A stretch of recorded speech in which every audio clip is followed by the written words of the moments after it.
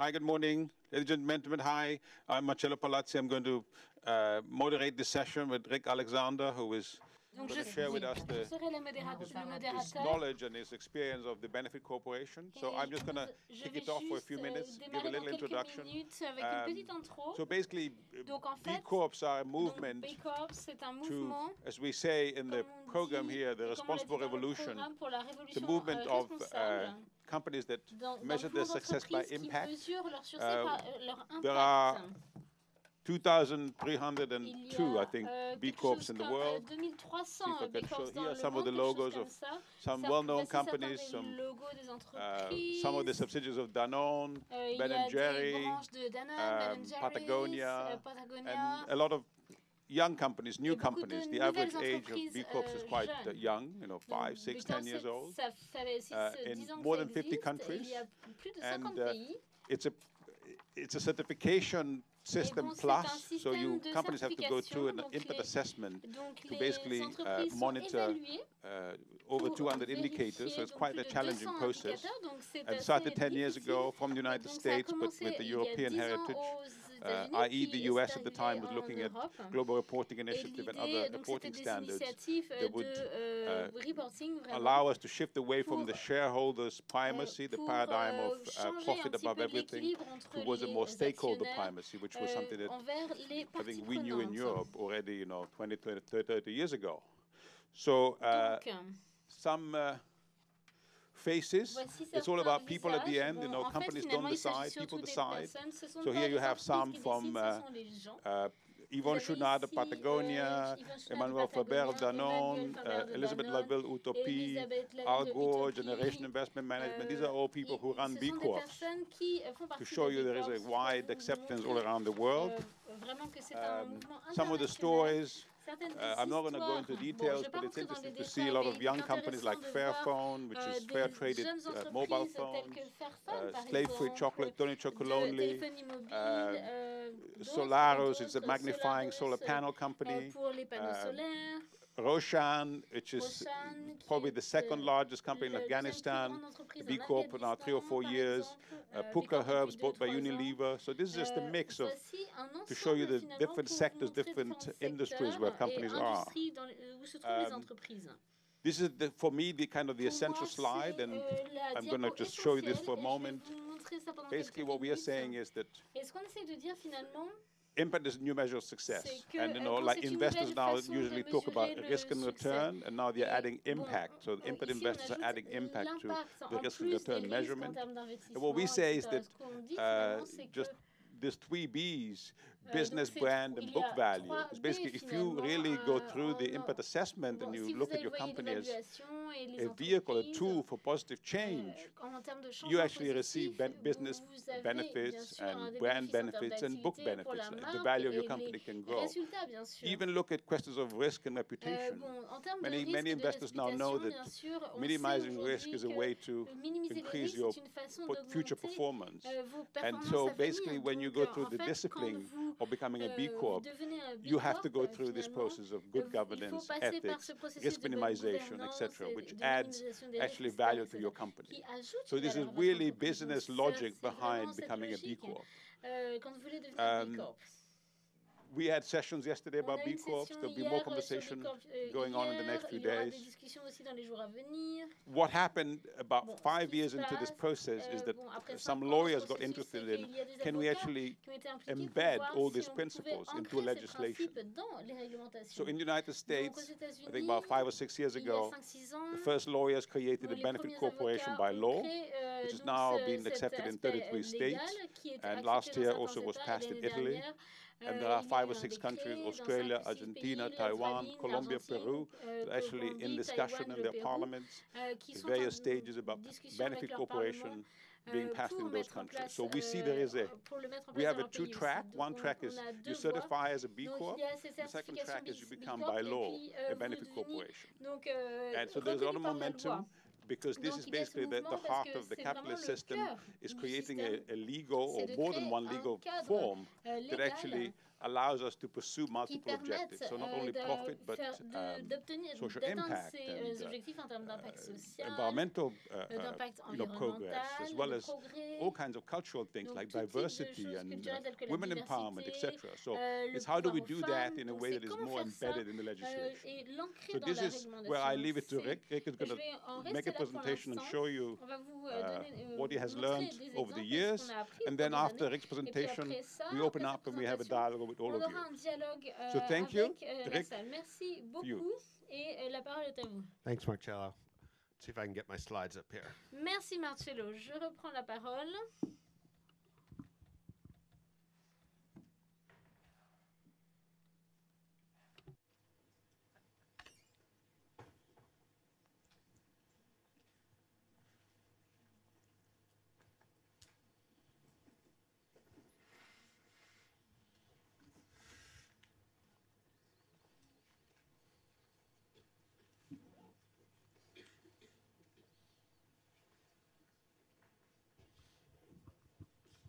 Okay, success. Well, thanks, Marcello, for that introduction. I think that really helped us sort of set a little bit of context.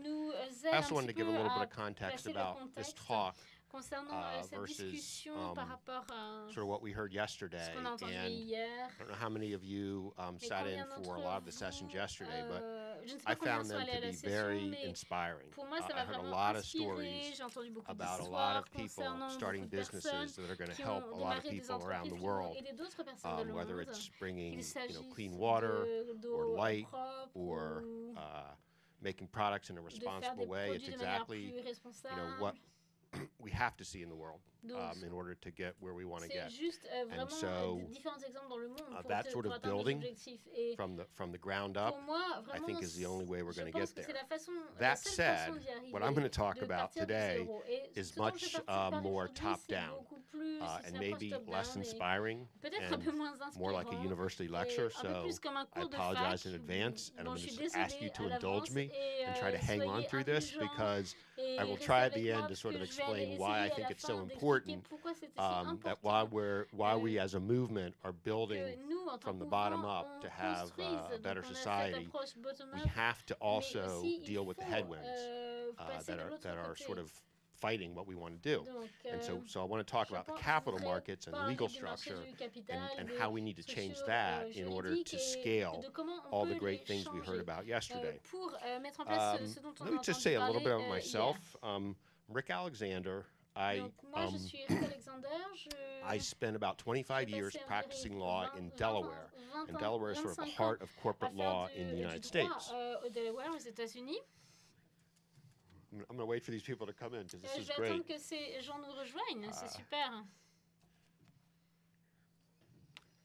Go in the middle. No, you don't have to go to the side. Just walk right in. There's lots of seats.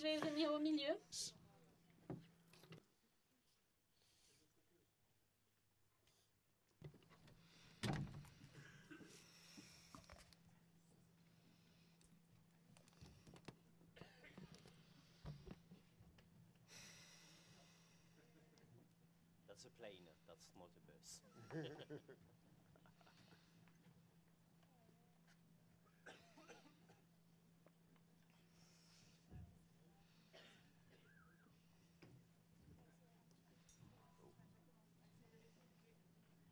I think they sent them all here from the other theater.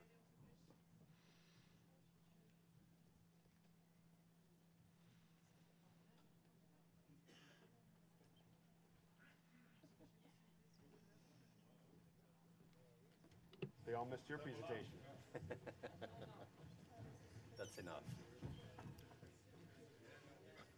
Okay, so we just doubled in size. I won't try to summarize anything, and you didn't miss much in my part. You missed Marcello's nice talk. But, so I was just starting to say, Rick Alexander, I practiced law for about 25 years as a corporate lawyer in Wilmington, Delaware. And in that career, I was very focused on, I would say, sort of traditional corporate law, helping larger companies raise funds, helping them do mergers and acquisitions transactions, helping them with corporate governance, de la gouvernance d'entreprise.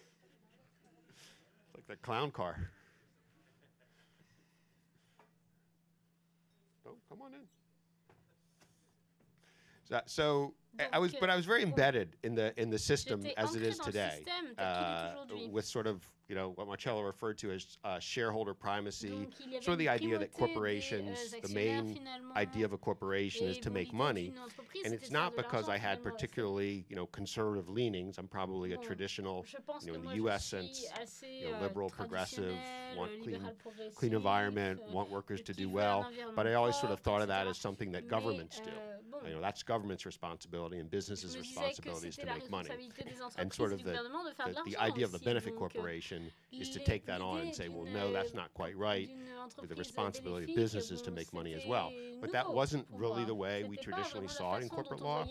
And what happened was, as Marcello said, B-Lab started trying to sort of change the dynamic and get states to adopt benefit corporation legislation. And at the time, I was the head of the council in Delaware that advised the legislature on making changes to corporate law. And so they came to us with this idea, and we sort of looked at them and said, well, that's the silliest thing we ever heard. Corporations aren't these institutions that are here to do good. They're here to do business. Good is done by governments. Good is done by NGOs. And we sort of sent them on their way, but they came back and they asked us to look harder. And I was tasked with the job of looking harder and making recommendations to the larger group. And I got really interested, and I'm here sort of as a convert. So 6 years ago, I didn't really believe in the benefit corporation idea. Now I'm a strong proponent. In fact, I work for B-Lab. I left my law practice and went to work for B-Lab as head of legal policy. And what I want to share with you today is sort of the thinking that got me there. So I'm not going to talk so much about the specifics of benefit corporation law, because I think you could incorporate these ideas into statutes around the world in different ways.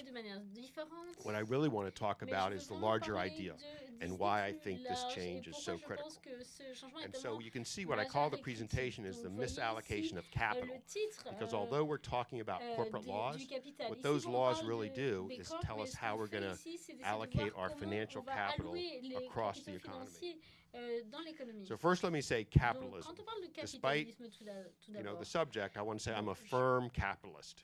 I believe that capital is the fuel that sort of allows us to make the goods and services that make us all have better lives. So the idea of using private business to allocate capital is not something that I'm attacking in this at all. I also want to say I'm not attacking corporations. Corporations are sort of an amazing technology in that they allow diversified holders across the globe to pool their capital and diversify it and put it into all sorts of different investments, and that allows us to grow the economy. It's actually a terrific idea. And there's a history of the corporation that's kind of interesting. You can think of that history as starting perhaps around the 1600s, when countries started saying to trading companies, well, it's good for our country if we have trade with other countries, so we're going to give these groups monopolies to trade, and we're going to let them pool their capital, and we're going to give them limited liability, all these ideas to sort of spur trading. And then the next idea was, well, now we need to build canals and roads and bridges and railways, and we're going to give people the rights to do the same thing. And then that grew to other types of companies that needed large amounts of capital, sort of manufacturers, textiles, things like that. And eventually what happened was we had the idea of general incorporation, the idea that any business could form a corporation, get limited liability, perpetual life, and all the benefits that a citizen, a person has, even though this is artificial. So remember, the corporation is something completely artificial, created by the government to allow people to pool capital and put a business together. And what happened in that evolution is we went from incorporating businesses that we thought would do a particular good thing for society, trade, manufacture, infrastructure, to the idea that business is good, so anyone should be able to incorporate by taking $100 and filing a piece of paper with the Secretary of State, and that's what we have today. Bon, c'est ce qui nous a mené à la situation d'aujourd'hui. So that's sort of where the corporation came from. Now, what we do with that corporation is we allocate capital, as I said. So where's the capital today? Well, VOE is value of everything. You take all the financial capital in real estate around the world, it's worth about $35 trillion US. 100 of that's debt. But this is what I want to focus on, this 70 and 10. 70 of that is public equity, common stock in public corporations around the globe. Another 10 million is stock in private equity and venture capital around the world. And that equity, the stock, tends to control everything. So this $80 trillion really controls like all our resources. And so you think about, okay, we want to do good in the world. We want to make sure our environment is safe. We want to make sure workers have a, livable wage. We want to make sure there's a future for our children and our children's children. That's all about how we allocate our capital and how we produce goods and services. And really this equity, this public equity and private equity, that pretty much controls like how we do that. So who allocates the capital? Now you might say, well, the answer is we need to get government and NGOs on board. But the problem is that it's business and consumers that make most of the spending decisions around the world. Roughly 80-20. So most of the decisions are actually made by private business. And so that's all through what I want to call the investment channel. I think you can see that up there. So here's I'm going to fill this in, but the investment channel is sort of you've got savers at the top and the actual assets down at the bottom. So the investment's going down, and then the duty. What do I do? What am I supposed to do with those assets is going up. So what do we have at the top? The actual people who have that $80 trillion are not like billionaires and people in pinstripe suits on Wall Street or in the city in London. It's it's savers, it's pensioners, it's people putting money in their defined pension plan, their defined benefit plan, or their defined contribution plan. It's insurance companies that have life insurance policies and casualty policies who are investing that money that you've put into them. It's the beneficiaries of endowments like students or whoever benefits from foundations, citizens. It's the citizens who benefit from sovereign wealth funds. So that's where the money starts. And then it goes down to these funds that I just mentioned. And then those funds give it to asset managers, and then those asset managers give it to public companies and private companies. That's the real economy. So you've got this complicated, and it's really more this is a very simplified chart, but you've got this chart of intermediation with the investment going down and the duty, what do I do with that money? How am I supposed to apply it going up? So what's the purpose of that industry? What should that industry be doing with that $80 trillion in equity? Well, they need to protect and grow our savings, right? Like you want to put your money there, and when you come back to withdraw it, either from a savings account or from a stock fund or from an insurance policy because you've got a claim, you want the money to be there and you hope it's actually grown. And you also want to be able to hand it over to the next generation. So you want to preserve that capital. But what you also want to do is efficiently allocate that capital to projects. So the people at the top want that money to end up at the bottom of that chain in the real economy doing productive things. And then as they do those productive things, you want that industry to watch over your capital, to make sure that the right choices are being made. So here's what I'm going to say is the rub. Here's where the problem comes in. Now, how many people know who Adam Smith is? Okay.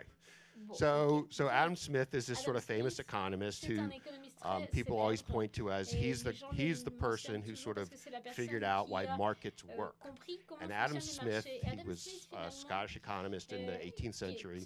He sort of used the pin factory as an example. He said, well, first of all, we need, corporations are good and business can be good if people specialize. So I have a pin factory where one person makes the head of the pin, one person sharpens the pin, one person attaches the head to the sharpened, long part, and that's efficient. And I'm going to know how many pins to make as a factory owner because there'll be a demand, and I'll keep making them until it costs me more to make it in the next pen than the next person's going to pay me. And so markets work. He came up with this whole theory. And often people who are champions of capitalism point to Adam Smith. But less well known about Adam Smith is he said that you have to worry about corporations when the owners become separated from the people who are controlling. Because he was right at the beginning of that story of corporations. And he was worried about where the corporations would lead because he was afraid that the managers would take advantage of the owners if they were disconnected. And so he said there's what we now call an agency problem. You've got these stockholders at the top, but then the company's being controlled by managers who aren't the owners. And so the concern was that managers were going to usurp that capital and use it for their own purposes, pay themselves too much, get charter plane. Obviously, they didn't have charter airplanes in the 1700s, but they do now.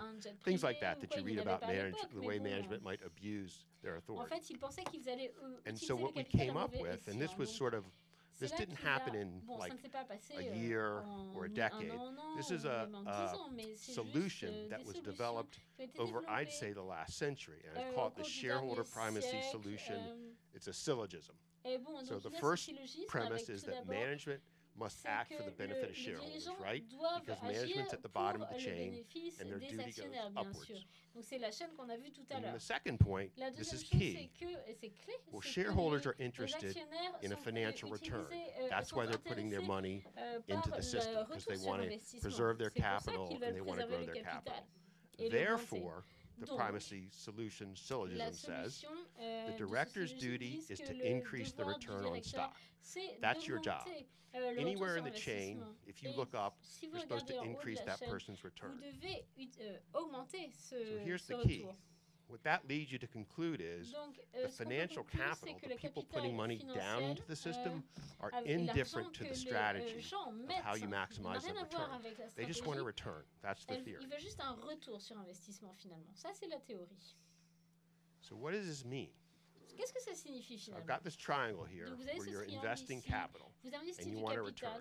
And I've got these 3 points. And what I want to say is, well, there's 3 different buckets you could put that return in. One is the one you sort of think of. It's green for a reason.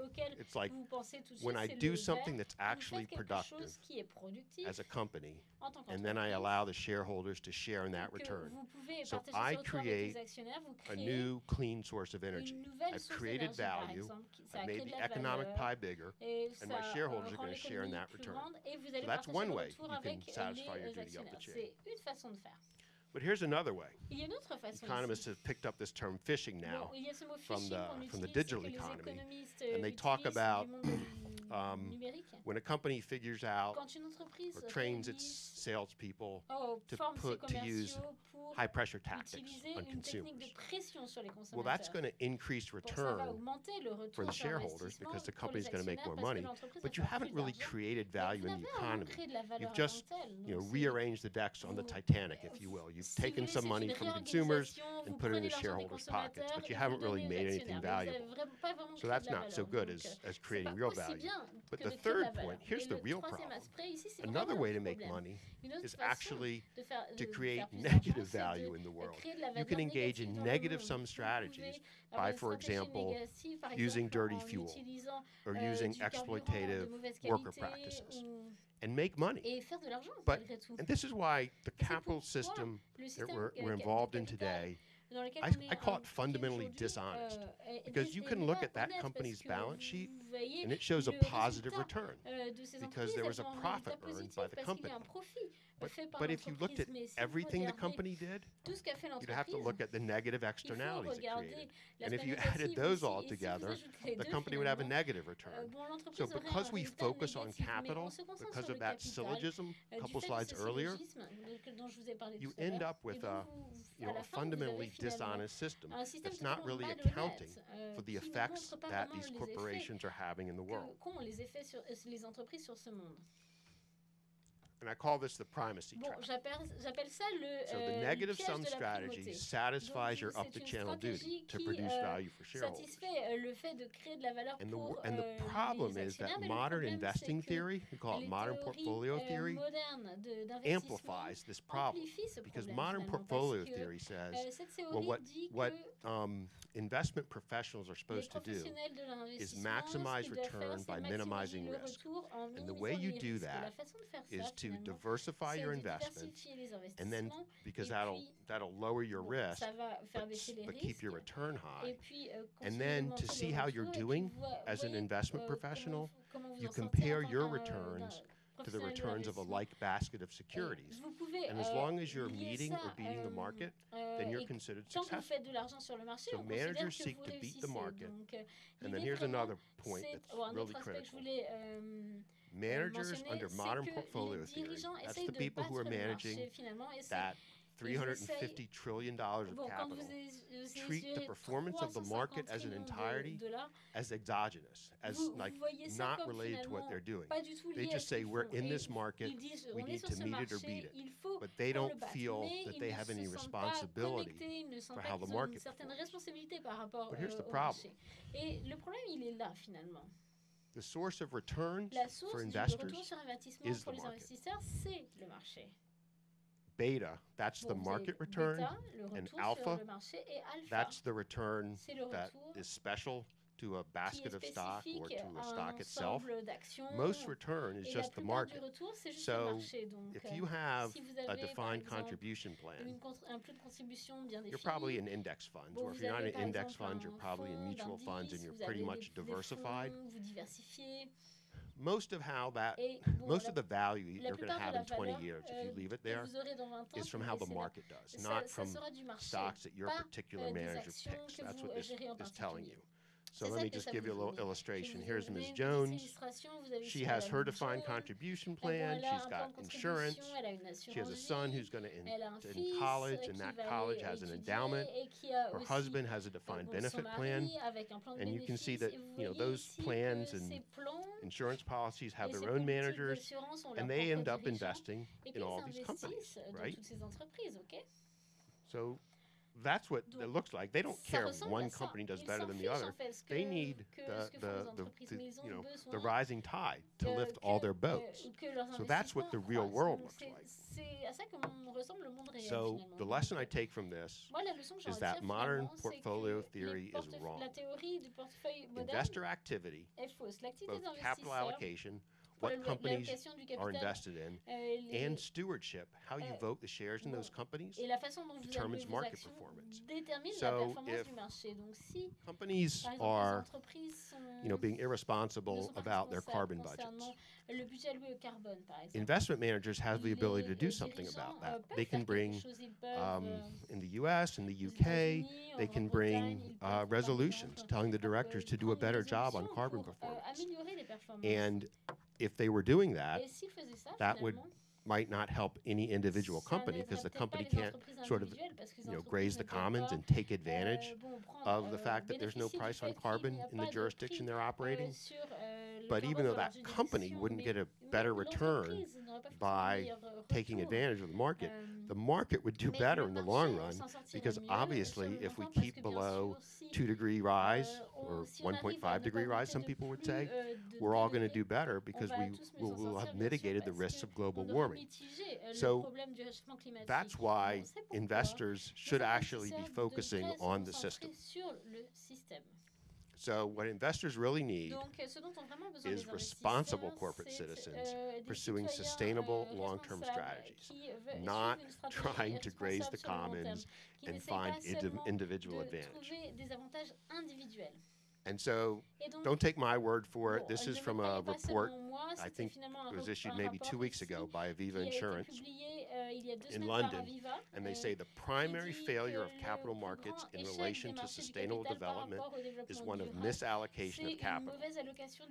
Capital markets do not incorporate companies' full social and environmental costs. This was the fundamental dishonesty I was talking about. Your balance sheet, your profit and loss sheet doesn't really tell the full story. And so what's this mean, this last sentence? And this is key to all those people we heard from yesterday who are at the early stages of important enterprises. The consequences of this are that unsustainable companies have a lower cost of capital. So when you have your responsible company that takes into account the cost of carbon, that insists that its supply chain is free of exploitation, that insists that its workers get a livable wage, your cost of capital is higher than your competitor who doesn't do that. And that's bad. That's bad for you because it makes it more difficult to scale your business.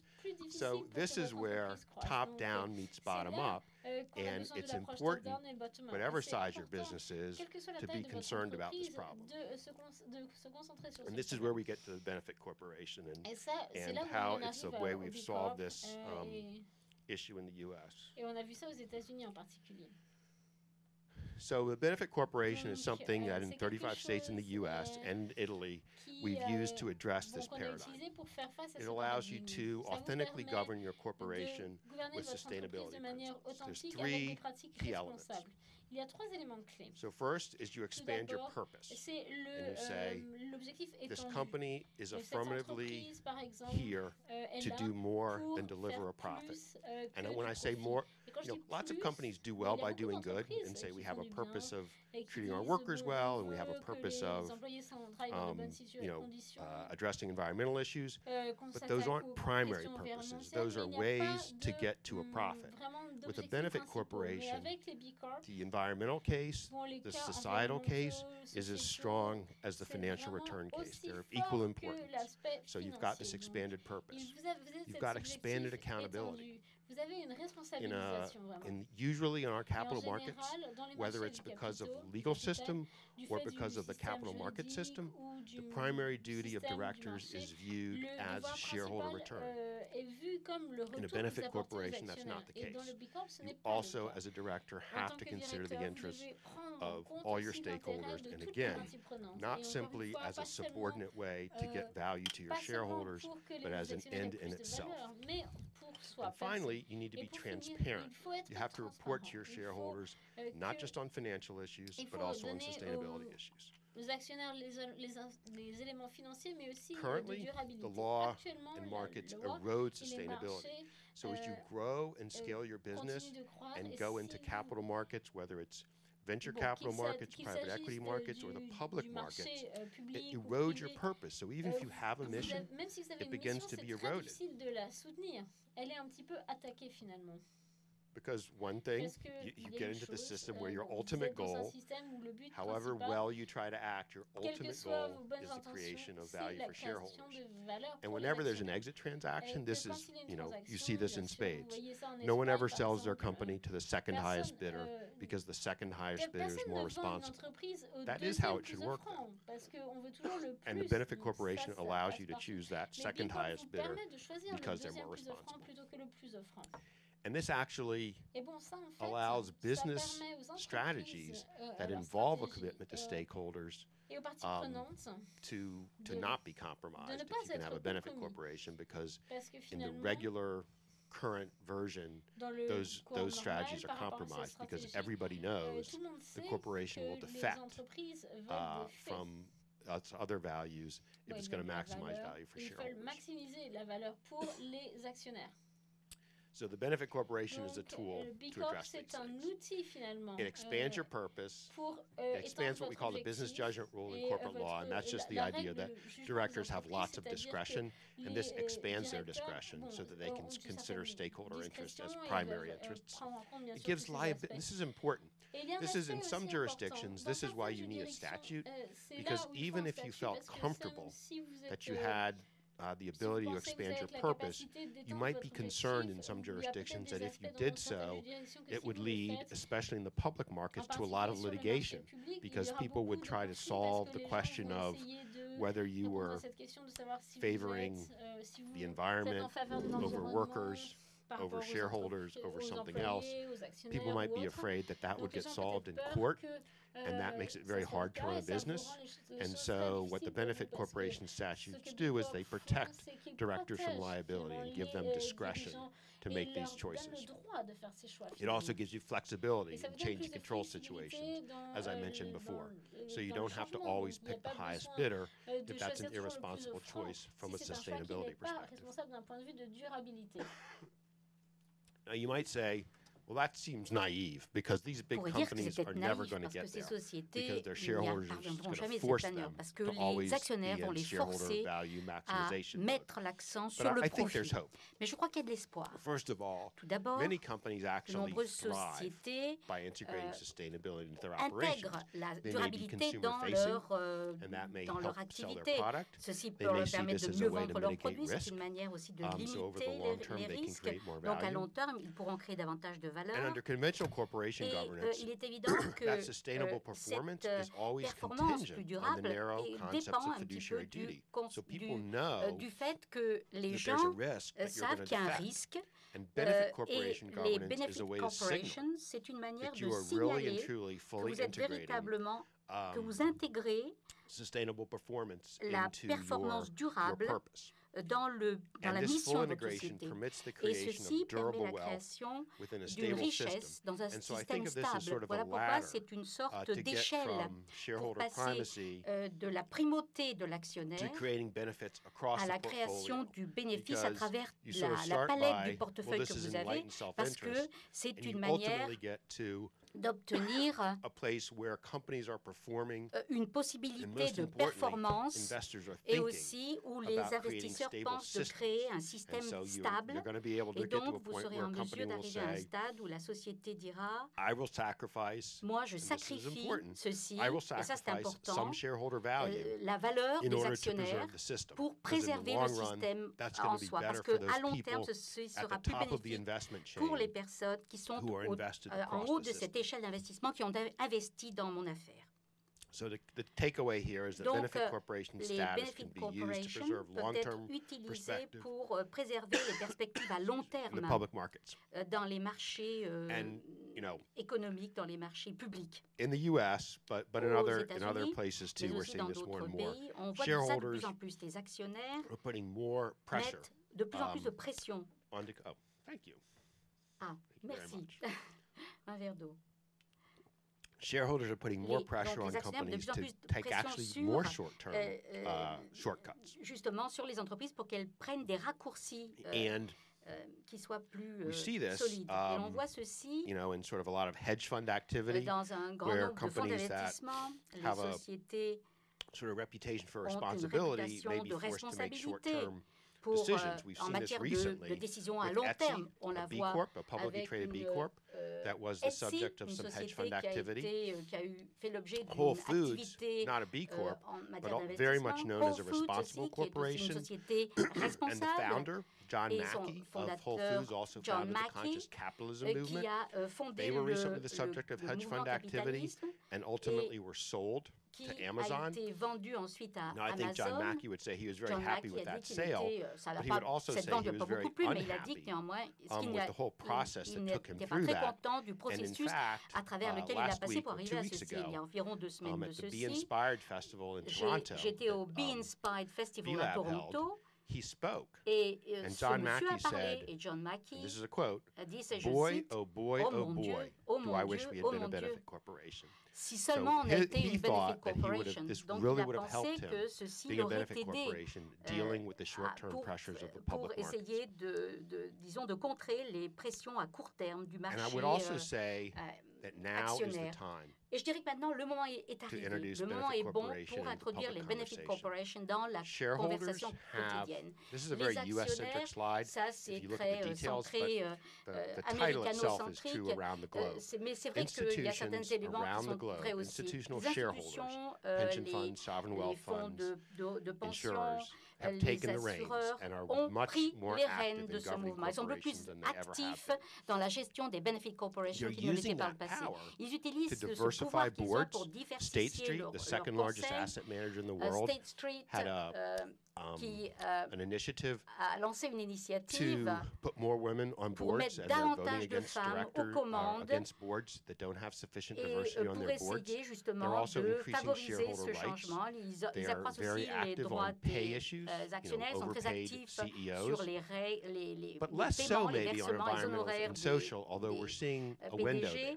Et bon, Less so on néanmoins, long-termism issues. c'est vrai But I think que the newfound power of the le institutional fait que shareholder, combined with some of those issues I've cette nouvelle talked about possibilité before, disons, is a qui real existe pour les opportunity actionnaires to change the sont way our capital véritablement markets work. une manière So de changer un long-term petit peu la universal donne. investors Donc les have more investisseurs à power long than they terme ont ever have davantage before. en fait de Most pouvoir of qu'ils their n'en ont return jamais eu. is based La on the plupart return de of leurs the market. investissements se basent And their sur les investissements du beneficiaries marché. are just Et les plain folks bénéficiaires, who ce need sont a thriving simplement company les and a gens dans healthy des planet sociétés more than they need a qui stock price to permettront take off. véritablement à la So société de contemporary corporate durer governance de developments manière represent our best qui soit chance plus to deliver the respectueuse de message l'environnement. Donc that the l'idée, interests of c'est citizen que les shareholders intérêts who own the market, des that's personnes us qui in this room, possèdent is best le served by marché corporations public, that c'est nous qui maximize sommes ici value dans cette across salle. human, Et il est natural, important and social capital, as well as que le financial capital capital. social This is the idea aille that dans ce we sens. ought to C'est look l'idée honestly at what qu'il companies faut are doing and not just look at their regarder ce que financial font return. les sociétés And de benefit manière honnête, corporation pas uniquement à governance is the l'aspect best way to financier. implement this Et change. la Benefit Corporation, c'est la meilleure manière d'impulser ce So, changement. I think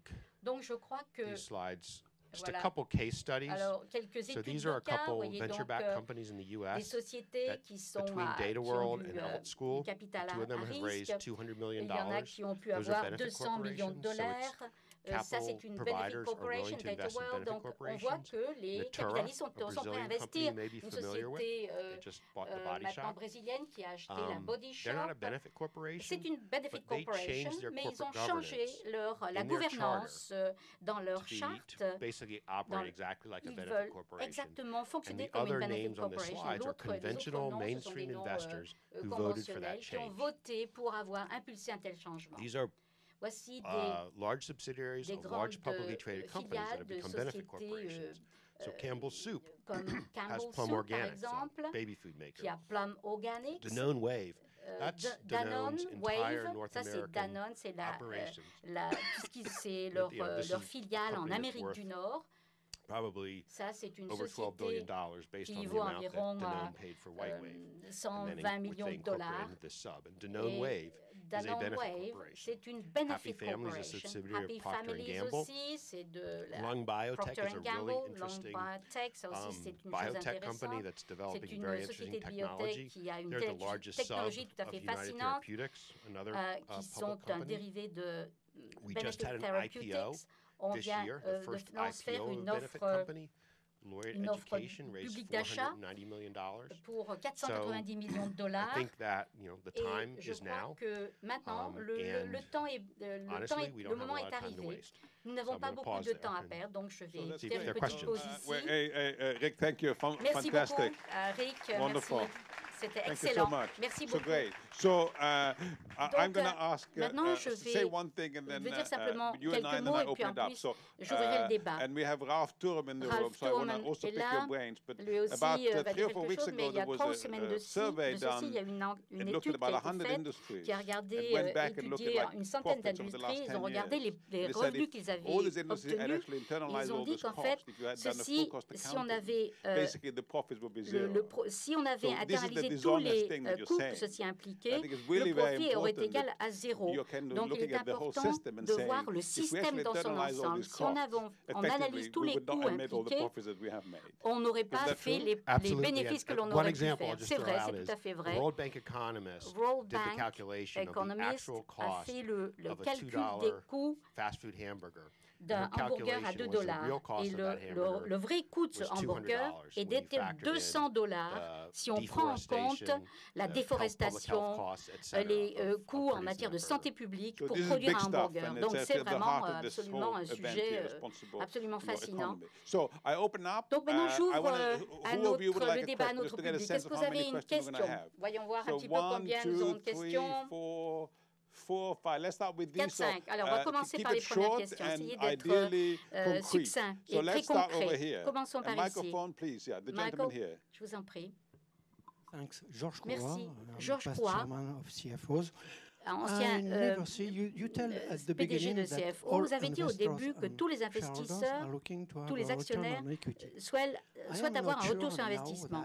Je ne sais pas si ceci est vrai dans cette nouvelle économie. Je ne suis pas sûre que ça soit véritablement comme ceci que ça se passe. Vous ne nous parlez pas des règles de l'activité des investisseurs environnementaux. Eux, ils ne s'intéressent pas à un retour sur leurs actions. Ils veulent simplement changer leur société.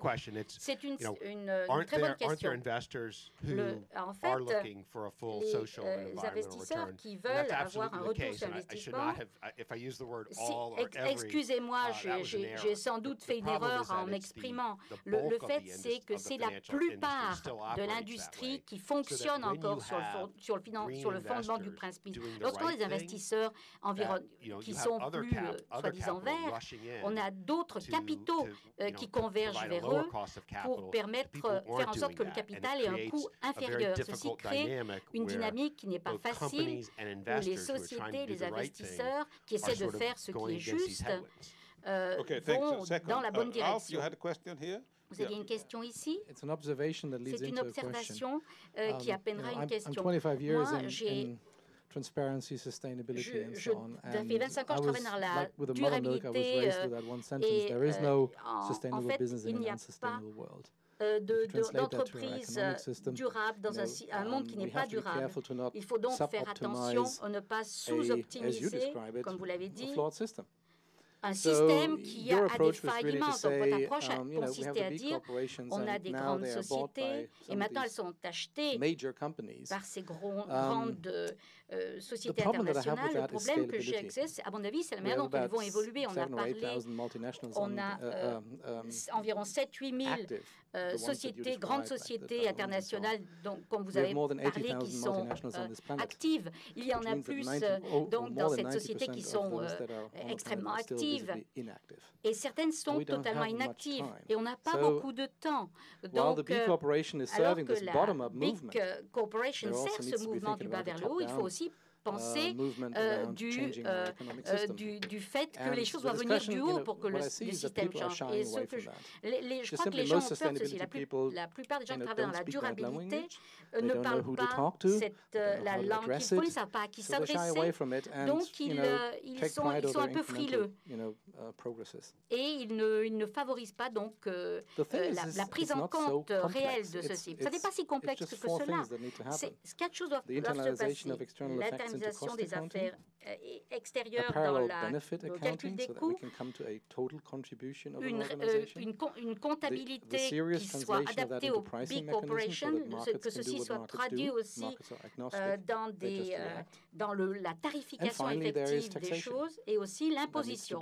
Ceci doit être mis en ligne avec cette approche du haut vers le bas. Il faut que ces deux éléments, en quelque sorte, convergent. Je me demandais comment vous alliez décrire la possibilité qu'il y ait un mouvement du bas vers le haut pour améliorer cette situation, et j'en doute, et celui du mouvement du haut vers le bas pour faire en sorte que le système automatique dans son ensemble soit sur les bonnes voies. Alors, les quatre choses que vous avez mentionnées sont assez complexes, je dirais. Je ne crois pas qu'on puisse ne pas se permettre de demander au bas d'impulser les choses. C'est vrai qu'on n'aura peut-être pas assez de temps, peut-être que c'est la seule manière d'agir, mais je ne peux pas non plus qu'on puisse se permettre d'oublier le mouvement du haut vers le bas. Donc, ce que l'on peut souhaiter en tout cas, c'est qu'il y ait un changement de paradigme. Ce n'est pas le fait que les sociétés agissaient en mettant l'accent sur la valeur des actionnaires qui comptait le plus. Il y avait une période, si on remonte par exemple à une cinquantaine d'années, les sociétés, les multinationales n'avaient pas de problème. Ils disaient leur notre travail est de fournir un plus grand retour sur investissement aux actionnaires, mais aussi de bons produits, de bonnes conditions de travail, etc. Alors, je sais en tout cas aux États-Unis, les travailleurs qui travaillaient pour des grandes sociétés se sentaient beaucoup plus rassurés il y a 40 ans de ceci que maintenant, par exemple. Ils étaient tranquilles. Donc on a une occasion de changer cette vision des choses. Et puis bien sûr, en entrant dans le détail de ce que vous avez dit, mais il faut comprendre le coût du hamburger, le coût du fait de faire des affaires. Et on ne peut pas non plus avoir un monde durable avec des sociétés qui soient non durables. Mon rôle est d'être un ambassadeur des B Corp. B Corp, j'ai commencé le mouvement en Europe. Il est évident que le but ultime des Benefit Corporation est semblable à celui d'un grand nombre de sociétés. Ça ne veut pas que c'est la solution miracle, mais c'est une partie importante de la solution d'ensemble. Et on doit travailler sur les différents éléments que vous avez mentionnés, c'est vrai. Est-ce que vous avez aussi d'autres questions? Il y a une dame ici. Essayez d'être concret si vous pouvez. Comment est-ce que vous pensez à l'évaluation? Comment est-ce qu'on va évaluer les B Corps, en particulier en Asie, en Chine, ou d'où provient le flux de l'argent à l'heure actuelle? Ce que je peux dire, c'est qu'il y a environ 40 B Corps en Asie. On a commencé à Taïwan, Singapour, Hong Kong, et 3 ou 4 au Japon. Vous pensez à la Chine en particulier? Alors la Chine, l'un des défis que l'on a eu, c'est qu'il faut pouvoir parler chinois. Et ça, on travaille avec une fondation chinoise pour traduire en fait tous les textes qui sont à la base des B Corps, toutes les connaissances qui tournent autour de ceci en chinois. Donc on est en train on espère qu'en 2019-2020 de véritablement développer le mouvement des B Corps en Chine. Et quelle est leur vision de ces B Corps en Chine? Vous voulez dire, si on parle de la philosophie, des principes derrière tout cela, il y a deux choses qui sont liées. La philosophie, ça n'est pas la législation. Donc, la philosophie, c'est que très souvent, les leaders économiques chinois disent que c'est la manière de faire les choses à la Confucius et l'harmonie auquel qu'ils souhaitent atteindre. Mais en pratique, bien sûr, ça n'est pas tout à fait comme ça, parce que on connaît la Chine, mais aussi dans de nombreux autres pays, on a créé donc un système malhonnête. Et ça, c'est en fait la pratique naîtra de ceci. On travaille sur ce sujet. On veut devenir un mouvement international, et la Chine, bien sûr, est un grand pays, donc il fallait qu'on fasse les choses correctement. D'autres questions? Merci de cette présentation absolument excellente. Moi, je représente la Confédération des syndicats qui représente 160 pays, compris les États-Unis. Nous sommes très intéressés par les problèmes autour des conditions de travail, les salaires, le respect des droits des travailleurs dans les organisations responsables. Donc, je voudrais savoir très concrètement quel type de critères sont intégrés dans la durabilité des opérations, des fonctionnements.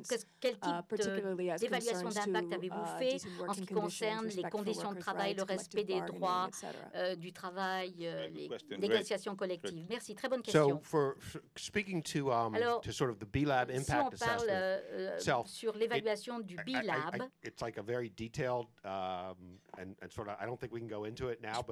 on peut entrer dans le détail de ceci, mais enfin, on a une très bonne séance, et c'est vrai qu'il y a toute une section qui était prévue sur les droits des travailleurs, et la manière dont on fait ceci, c'est qu'on évalue ceci en regardant quelle est la taille de la société, dans quel lieu est-elle située, dans quel type d'affaires est-elle impliquée. Et puis, si on est dans un secteur, par exemple, où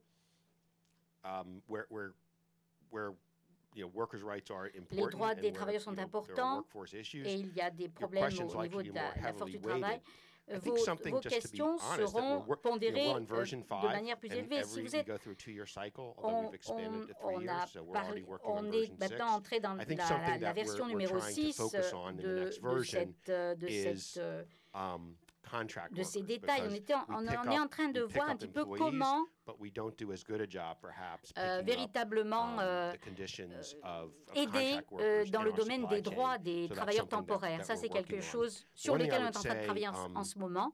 Et ce que je peux vous dire, c'est que, en particulier à propos de ce à quoi j'ai fait référence dans ma présentation, les syndicats contrôlent des fonds de pension. Elles devraient donc investir leurs actions dans ces fonds de pension sur le même principe, à savoir protection des droits des travailleurs, etc. Et donc, il est évident que ne pas prendre des mauvaises décisions en la matière. Donc, il faut que la communication se passe. Je serais très heureux d'en parler de ceci avec vous si vous le souhaitez. Alors, est-ce que je peux vous poser une question? Ça, c'est un sujet potentiellement très intéressant pour B-Lab, de travailler donc davantage avec les syndicats, les organisations syndicales. Comment est-ce que, à votre avis, est-ce que c'est quelque chose sur lequel on pourrait travailler ensemble?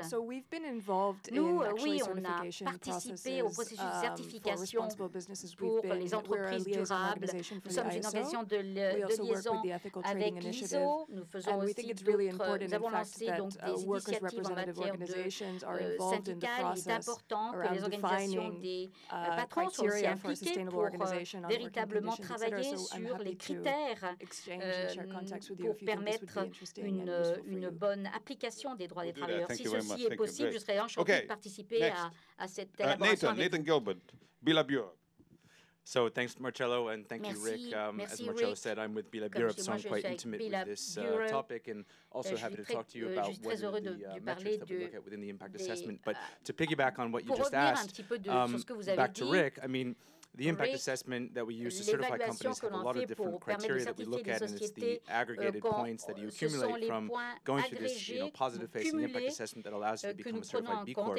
But what you're talking about with the corporate governance element of this doesn't necessarily require you to meet minimum standards on that assessment. You have to be transparent about how you're performing against a bunch of different indicators, looking comprehensively about your performance of a company overall. But there is no minimum bar. And I'm just curious to get your perspective on where you see that going, because really it's, we can get the paradigm shift, we can get the companies to measure their performance, but where do we see the need to push companies to actually meet minimum bars of performance? Because you could be a benefit corporation and perhaps have a low bar in terms of what you're trying to achieve in terms of positive impact on society and the environment. And I'm curious about where you see those forces pushing and how can we do more. Sens est-ce qu'on va aller? Est-ce qu'on pourra faire davantage pour permettre une intégration de ces principes? C'est important de faire la différence entre une benefit corporation, qui est une forme juridique qui donne aux dirigeants une certaine autorité, et les B corporations, quelque chose que nous avons certifié et qui a un impact positif sur le monde. Et c'est vrai la manière dont je vois. Les gens disent, oui, les benefit corporations, c'est peut-être une mauvaise idée, parce que vous êtes une benefit corporation, donc c'est bien, vous êtes bon pour les actionnaires, mais peut-être que vous, en fait, vous cachez, vous dites que vous êtes, vous ne vous dites pas la vérité. Et moi, l'analogie que je fais, c'est comme une société normale. Il n'y a rien dans la législation de la multinationale qui vous certifie que vous faites du profit pour vos actionnaires. Et il y a aussi des sociétés qui, en mettant l'accent sur cette importance de la valeur des actionnaires, en fait, font banqueroute. Et donc, c'est pas parce qu'on est une benefit corporation, c'est une manière de dire essayons d'oublier cette partie de notre système capitalistique. Oublions la valeur des actionnaires, parce que c'est une barrière pour créer un monde durable. Il faut faire beaucoup d'autres choses en termes de normes, de taxation, de fiscalisation, mais ça, c'est une partie de ce puzzle. Je voudrais vous dire que nous sommes à Lille ici. Alors, y a-t-il une opinion française? Est-ce que vous avez quelque chose à dire sur la manière dont on pourrait développer les B Corps ici en France? Est-ce qu'il y a une nouvelle conception, une nouvelle forme juridique qu'elle pourrait avoir, ces B Corps? Good morning. Here there's a lot of talking about integrated CSR reporting. And I was wondering what the relation would be between the two, because that could be qui est une obligation de résultat, parce que ça pourrait être une manière de s'assurer que les gens mettent en œuvre ce type de pratique. Alors, à la RSE intégrée et cette idée d'obligation de résultat, c'est une manière de mettre le doigt sur la malhonnêteté. On ne veut pas simplement avoir une sorte, un rapport sur la RSE. On veut que ceci soit intégré dans votre rapport financier. Lorsque vous dites, vous donnez votre budget, il est important aussi de nous dire quel est le type de salaire que vous avez. Il faut intégrer tous ces différents éléments. Et moi, j'aime bien, pour les benefit corporations, c'est la gouvernance intégrée. C'est comme le fait d'avoir un rapport sur la RSE. Il faut aussi que ceci soit discuté au conseil d'administration. Lorsque le conseil dit, ah bon, par exemple, quel type de technologie on va utiliser dans cette usine, si on décide par exemple de faire des licenciements, il faut penser au capital humain, le capital social, le capital de l'environnement, ainsi que le capital financier. Donc, je crois que ceci va de pair.